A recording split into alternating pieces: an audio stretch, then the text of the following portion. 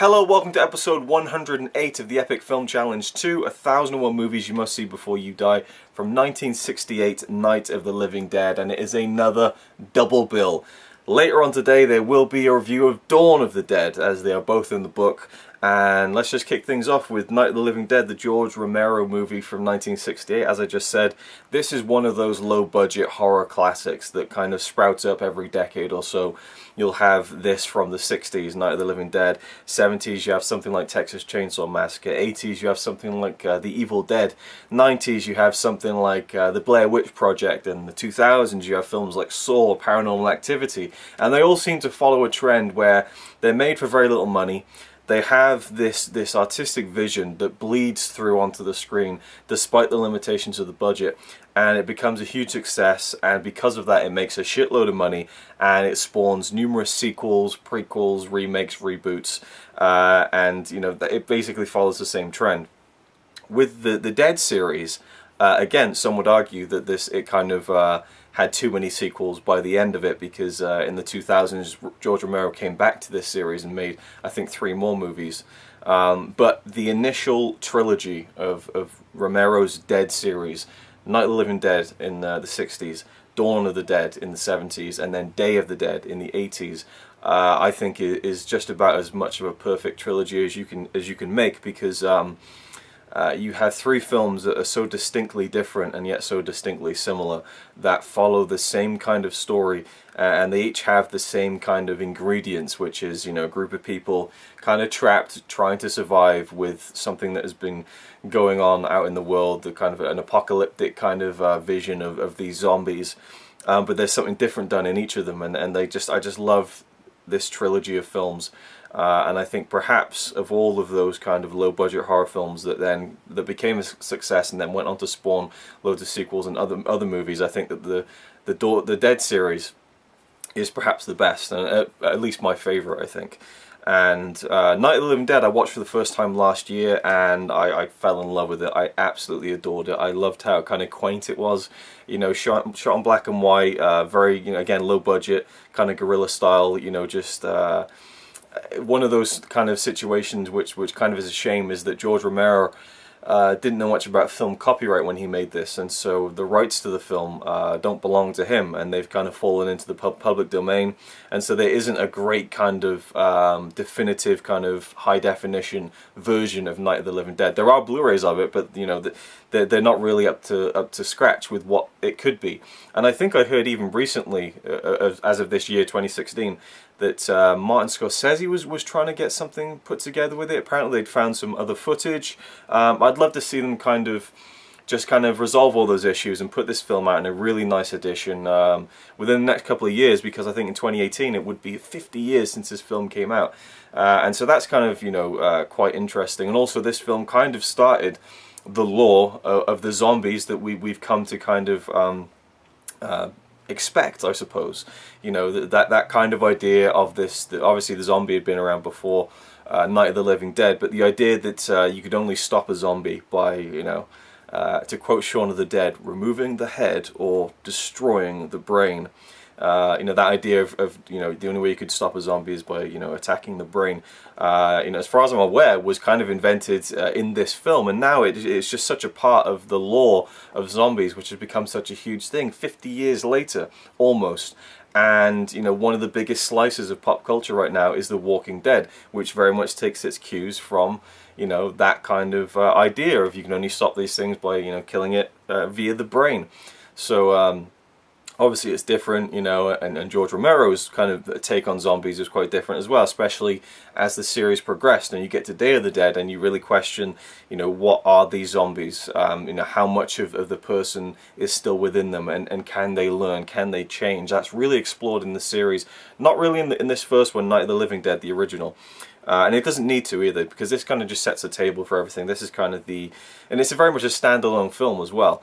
And like I said, I love how quaint it is. I love how kind of small and contained it is. We open in a graveyard, brother and sister driving over to their father's grave, I believe it is. I don't think it's their mother's. So I think, yes, I think it's their father's grave. You know, they're kind of quarreling back and forth and stuff, and remembering when they were kids, and he would scare her in the very same cemetery and stuff. The classic line, you know, "There comes coming to get you, Barbara. And then this man starts walking over to them, kind of staggering, and he kind of jokes, he's like, you know, he's coming to get you, Barbara, he's gonna grab you, he's gonna get you, and it turns out to be an actual zombie. And shit kicks off, he gets knocked out, and so this girl, she goes off and finds this nearby house to hide in, and she comes across a man called Ben, I believe the character's name is. And he kind of brings her in, and you know, starts nailing wooden boards to the windows, to the door, to keep them safe. And he's just come across this house as well. So you have these two survivors who are trying to stay alive amidst this kind of horde of murderers. And I like that because, you know, for most of the film they just talk about it as these murders are taking place. And they have access to a TV, and so we see them watching news reports and stuff. I like that side of it. Them covering it and trying to figure out what's going on. This kind of, I think they call it like a wave of homicide or something like that. And you know, it's not really addressed as zombies or anything like that. And you see them outside the house, and this guy Ben is talking about, you know, how he can stop them and stuff, but they have to stay safe. And this woman, and I forget her name now, unfortunately, I watched the film about a week ago to refresh myself, you know, the acting in this film is not quite fantastic. The acting, it's hit and miss. There's a couple of kind of bad performances in there, but I think that the girl who plays, you know, not the main character, but the girl who's in the beginning of the film, I think she does very well for what her character had to do. I think I read that her kind of acting capabilities were a bit limited, and so they kind of changed that, or she changed her performance, because her character is quite catatonic throughout the entire film. She's in shock about what's happened, the attack on her and her brother's still out there, and you know, she doesn't say much for most of the film. And then you have the guy who plays Ben, this black actor, who I thought was really good, and again, he anchors the film, which is what a main character should do.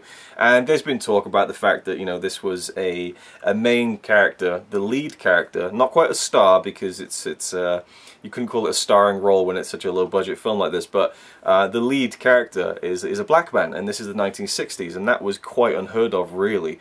I mean, you had blaxploitation coming into the 70s, but it was really quite remarkable. But you know, George Romero has repeatedly said that the only reason, you know, that a black man was the lead character of this film is because the actor was the best man for the job, and that's all there is to it. And that's the kind of thing that I like to hear, and no more needs to be said about it. He was very good in the film. And we have some more characters. It turns out there were some people down in the basement, and so we have a back and forth, a struggle of, you know, what should we do?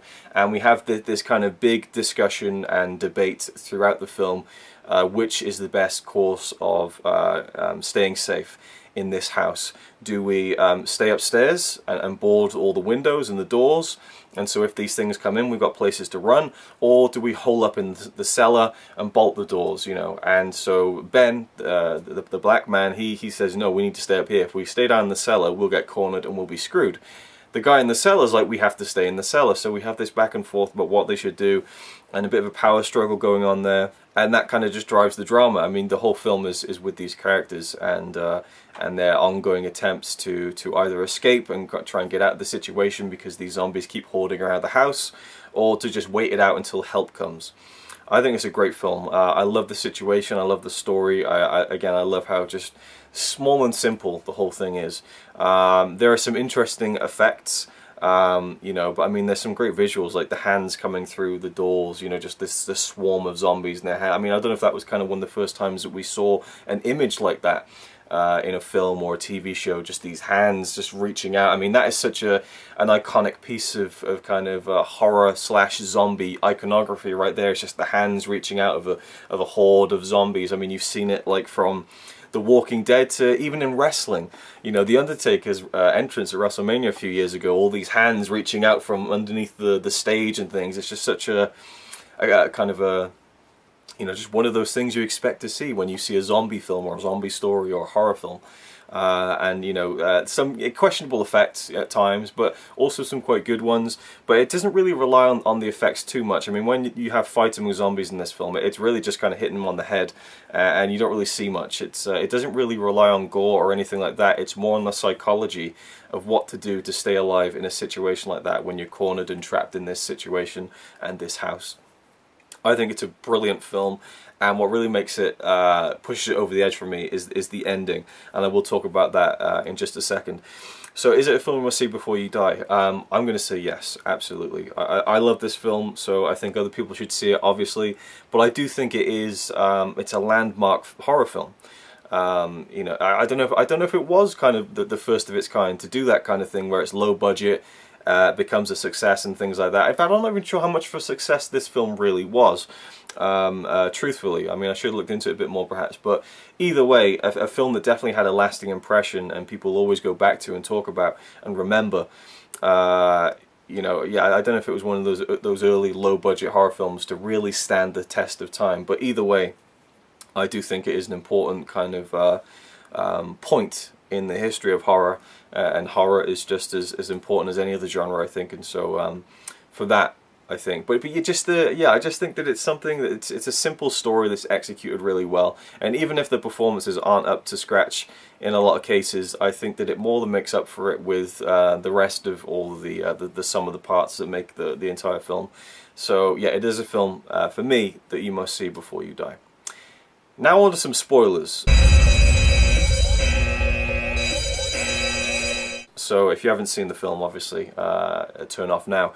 The ending is so bleak. It is so bleak, where we have Ben, and it's such a cruel twist of fate as well, where, you know, everyone's died, everyone has been kind of taken, and, you know, it turns out going down to the cellar was the right thing to do, and Ben, the main character, finds this out the hard way when the zombies break into the house. They get a few people, the girl downstairs, little girl. I mean, that's I mean, it's a shocking film for its time as well. I mean, I know that you can keep going back to the 50s and stuff to find shocking imagery, but to have this this girl kill her own mother was quite shocking, and, you know, it's just death everywhere, and this one man is left standing, and he retreats to the cellar, he bolts the door, and he survives until morning, and so he realizes that he was wrong, and because of that, you know, the deaths of everyone in that house is kind of on his hands, because he kind of took leadership of the situation.